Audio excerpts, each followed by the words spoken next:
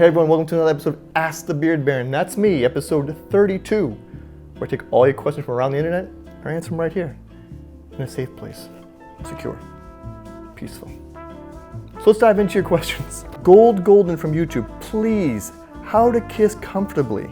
Mustache styles or bombs to make kissing more pleasurable? Well, Golden, I have a secret for you. That's not so secret. Kissing with a beard and a mustache is more difficult than not. A lot of guys are very intimidated by doing so. They're uncomfortable. And yes, it is an uncomfortable proposition, especially if you've not kissed that person while having their mustache. It could be a little bit awkward. This is largely going to depend upon who you're kissing. They may love it, like it, or hate it. People's opinion of kissing with a mustache goes across the entire board. And so it's one of those things where it depends on how much game you have, how confident you are. And like in my eating and drinking videos, kissing comes down to a lot of the angle of how you're going about it. If you're just trying to kiss with, like, for example, my mustache, and the funny thing is we had a talk the other day about this episode of Ask the Beard Baron, about my wife and I saying, well, maybe I should kiss you on camera. And then I was like, that has cringy, like, all over it. That would just be so awkward. But maybe we'll get to it at some point. I don't know. I really don't want to do that. But just so you know, there is an angle of attack when you're kissing with a mustache, especially when your mustache is covering your whole lips, part of your lips. Because if you just go try and kiss someone straight on like this, they're going to be kissing and you're going to be kissing your own mustache. So you're not even really kissing at that point. So there's an angle of attack. There's a whole puckering thing going on. This is becoming awkward already, even though I don't really get that too awkward. So anyways, it's going to come with some practice. You're going to need a partner who is kind of understanding in the sense of working their way through, and they will start to adapt themselves to kissing you as well.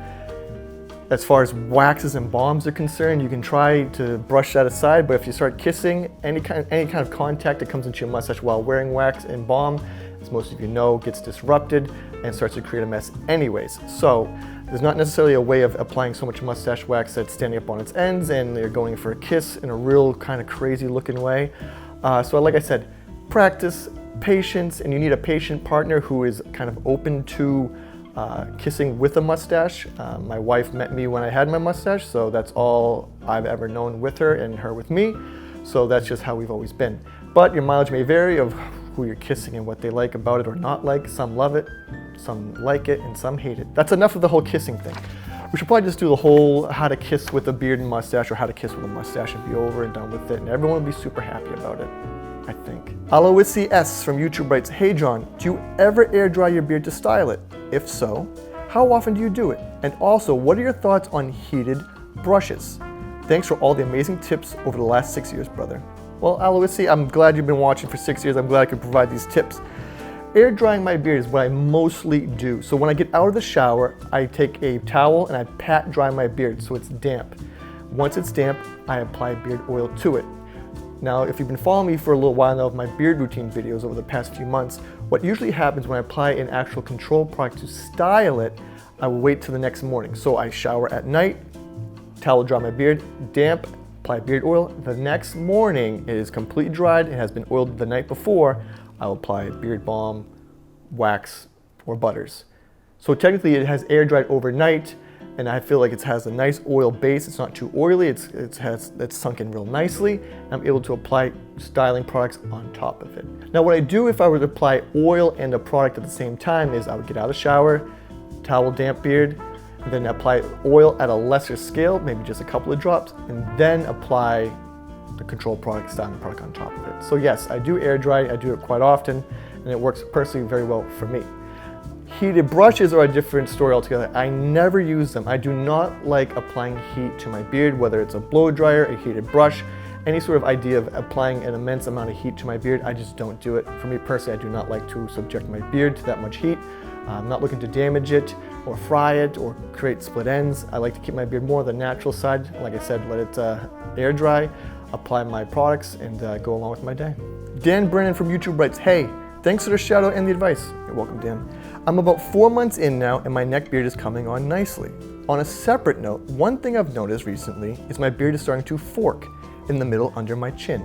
Do you have any tips to minimize the forking without trimming for length? Or should I go with the, if in doubt, grow it out rule? Thanks again and keep up the great work. Well, Dan, for some guys, when their beard gets long enough, especially in the chin area, it will start to fork, meaning that it will actually split in shape. So it looks like a fork. So this side starts to go over here, and then this side goes over here, and in the middle, there's a weird like cavernous gap in there. This is going to depend upon a lot of different scenarios. This especially comes down to length. Some guys' beards fork earlier than others. Some take quite a bit of length to start forking. In the meantime, if you don't want to trim, you can try brushing your beard. Brush it down, brush it up and away, and then to back down again. See if you can train your beard to have that entanglement of hairs so you minimize the forking look. Also, growing out your neck beard, which you have written that is coming on nicely, will help to provide a backdrop to the front of your beard of that chin hair coming down. So that neck hair in the back will start to fill in and kind of disguise that forking action. Like I said, if you don't want to trim, go with that rule. When in doubt, grow it out. Don't obsess over whether it's forking or not forking from day to day. Like I said, try brushing out, combing it out and away, back down, let your neck hair grow out, provide a little bit of backdrop, and I think it'll be just fine. As always, guys, I love answering your questions, so definitely leave one down below. All my social media links are down there as well. You know where to find me, thebeardbaron.com, for all your premium beard care and mustache care needs. I'll talk to you guys soon, but until then, take care.